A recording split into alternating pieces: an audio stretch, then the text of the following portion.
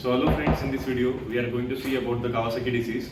So let us see what are the clinical features of this Kawasaki disease and what is the management of the same.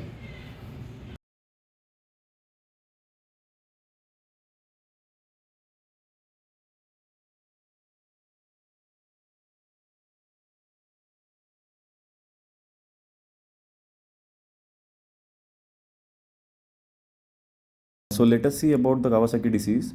So I have compiled everything about Kawasaki disease on a single page. So first of all, what is Kawasaki disease? The Kawasaki disease is nothing but the multisystem vasculitis of predominantly medium-sized vessels with special predilection to coronary arteries. And the Kawasaki disease is common in less than 5 years of age. 80% of the Kawasaki disease is seen in less than 5 years of age with male predomination. That is, it is seen more commonly in males as compared to females. Now let us see the diagnostic criteria. It is very important to diagnose Kawasaki disease. So the fever for at least 5 days with any 4 out of 5 cream features. So the first and most important criteria for diagnosis is fever more than 5 days. And let us see what is meant by cream features. So C stands for, this is mnemonic. C stands for conjunctivitis, which is non-exudative, non-purulent conjunctivitis. Then R stands for rash, that is the polymorphous non-vesicular rash. E stands for edema or erythema of hands and feet. Then A stands for adenopathy, that is the cervical lymphadenopathy, which is non-purulent and more than 1.5 centimeters. This is very important. And M stands for mucosal involvement such as strawberry tongue. So this strawberry tongue we often know, but not only strawberry tongue but other features also we have to see to diagnose Kawasaki disease. And what is meant by incomplete Kawasaki disease? Incomplete Kawasaki disease is fever for more than 5 days and this cream features less than 4 out of 5 is known as incomplete Kawasaki disease. Now there are 3 phases in this Kawasaki disease. So let us see one by one. The first phase is acute febrile phase, which lasts for first 2 weeks, and the cream features we just have discussed are seen in this acute febrile phase. The second phase is subacute phase, which lasts for 2 to 4 weeks, and in this the classical desquamation of skin over palms and soles starting from periangle region is seen, and also development of cardiac complications is seen in subacute phase.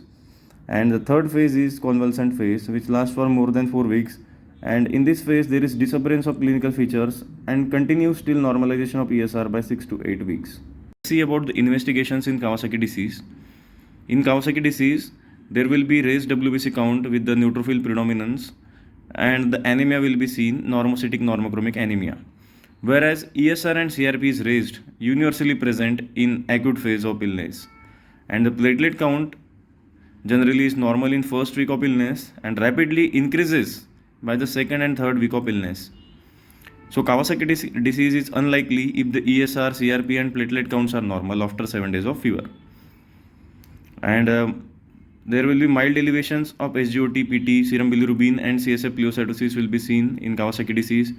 And on 2D echo, which is the most useful test to monitor for development of CAA, that is the coronary artery aneurysms, any infant less than 6 months with fever for more than or equal to 7 days without explanations should undergo 2D echo to assess the coronary arteries. Coming to the important part, that is the treatment of Kawasaki disease.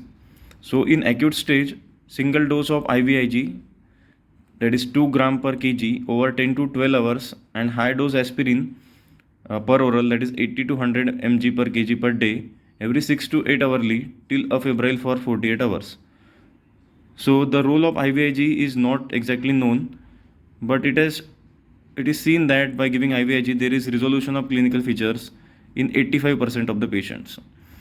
And we have to give this high dose aspirin, that is also known as the anti-inflammatory dose of aspirin.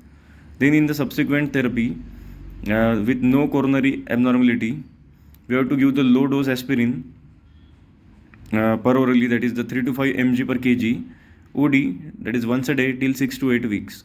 And this low dose of aspirin, that is 3 to 5 mg per kg, is known as antithrombotic dose. So basically there are 2 doses of aspirin. High dose aspirin, also known as anti-inflammatory dose, which is 80 to 100 mg per kg per day, and low dose aspirin, that is 3 to 5 mg per kg OD, is known as antithrombotic dose. Then for long term therapy with coronary abnormality, We have to give the low dose aspirin per oral 3 to 5 mg per kg once a day, with or without anticoagulants or antiplatelets such as clopidogrel. The dose of clopidogrel is 1 mg per kg per day, maximum 75 mg per day we can give, or warfarin also we can give in long term therapy. And for acute coronary thrombosis, prompt fibrinolytic therapy under intensive care can be given.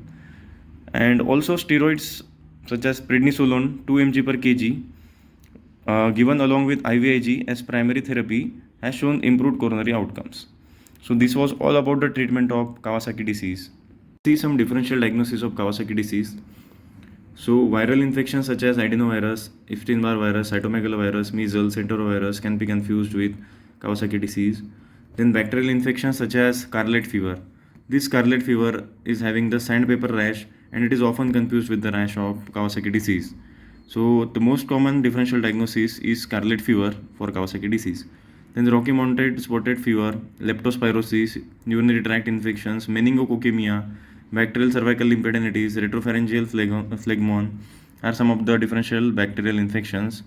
Then the rheumatological diseases such as juvenile idiopathic arthropathy, Behçet's disease, rheumatic fever. This was all about Kawasaki disease. Thank you.